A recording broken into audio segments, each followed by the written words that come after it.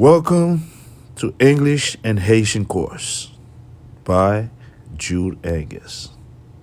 Bienvenue dans Kou Anglè ak Ayisyen de Jude Angus.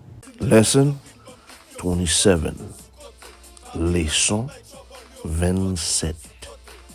Please call ahead to make a reservation. Tant pis, relé d'avance pour faire une réservation. Tant pis, relé d'avance pour faire une réservation. Please call ahead to make a reservation. What would you like to buy?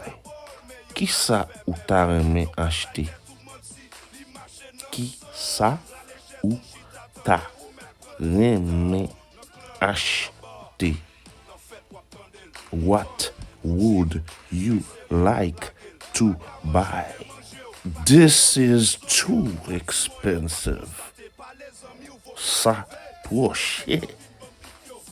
Ça trop cher. This is too expensive. I have a fever of 39 degrees.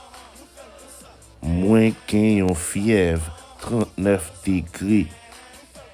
Moi gen yon fièvre 39 degrés.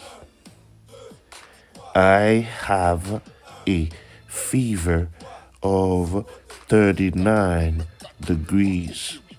I hope you get well soon. Moi souhaite ou refait nan pas trop longtemps. Moi souhaite ou refait nan pas trop longtemps. I hope you get well soon.